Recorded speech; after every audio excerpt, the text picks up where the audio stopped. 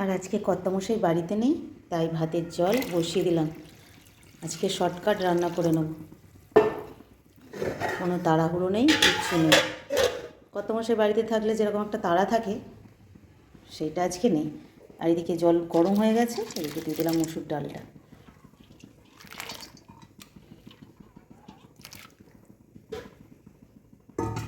মসুর ডাল করব পাতলা করে।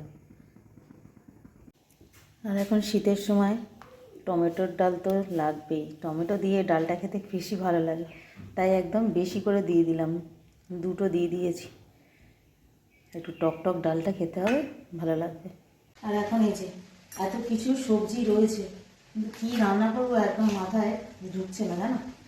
এই যে বেগুনের পুরো মানে কি বলবো, পাহাড়।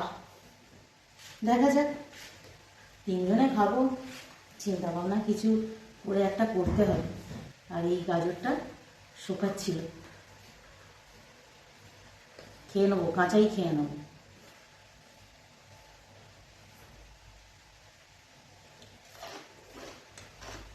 খুব মিষ্টি গাজরটা একদম।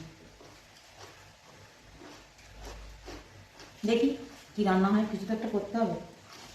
চিন্তা ভাবনা করে আজকে সিদ্ধ ভাত বসিয়ে দিয়েছি। এদিকে কর্তামশাই বাড়িতে থাকলে সিদ্ধ ভাত আমাদের খুব একটা খাওয়াই হয় না। তো এদিকে তো ছেলেদের জন্য একটু ডাল করেই নিয়েছি, তো আমি ভাবলাম যে আজকে একটুখানি সমস্ত কিছু সিদ্ধ দিয়ে দেবো। কাঁচা টমেটো, বেগুন, আলু এরকম সমস্ত কিছু ভাতে দিয়ে দিয়েছি, আরও কী কী দিয়েছি নিজেরও আমার মনে নেই।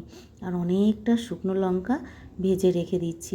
ছেলের যেহেতু পরীক্ষা হচ্ছে, ওর আসতে একটু লেট হবে। আর এরকম আজকে খাওয়া দাওয়া করতে বসে পড়েছি। এই যে সমস্ত কিছু সিদ্ধ দিয়েছিলাম, কচু সিদ্ধ, ওখানে হচ্ছে বেগুন, আলু, কাঁচা টমেটো। আর ছেলেরা তো খেতে পারবে না, তার জন্য একটু ডাল বানিয়ে দিয়েছি। আর এখানে দেখছো এক পাঁচা লঙ্কা ভাজা করেছি।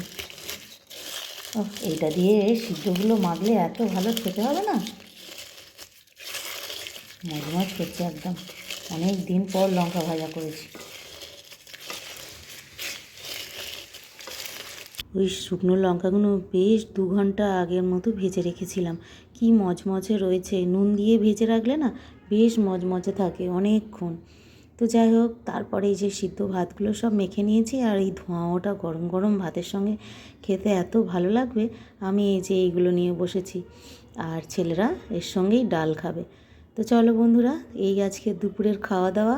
এখন একটু তৃপ্তি করে খাই।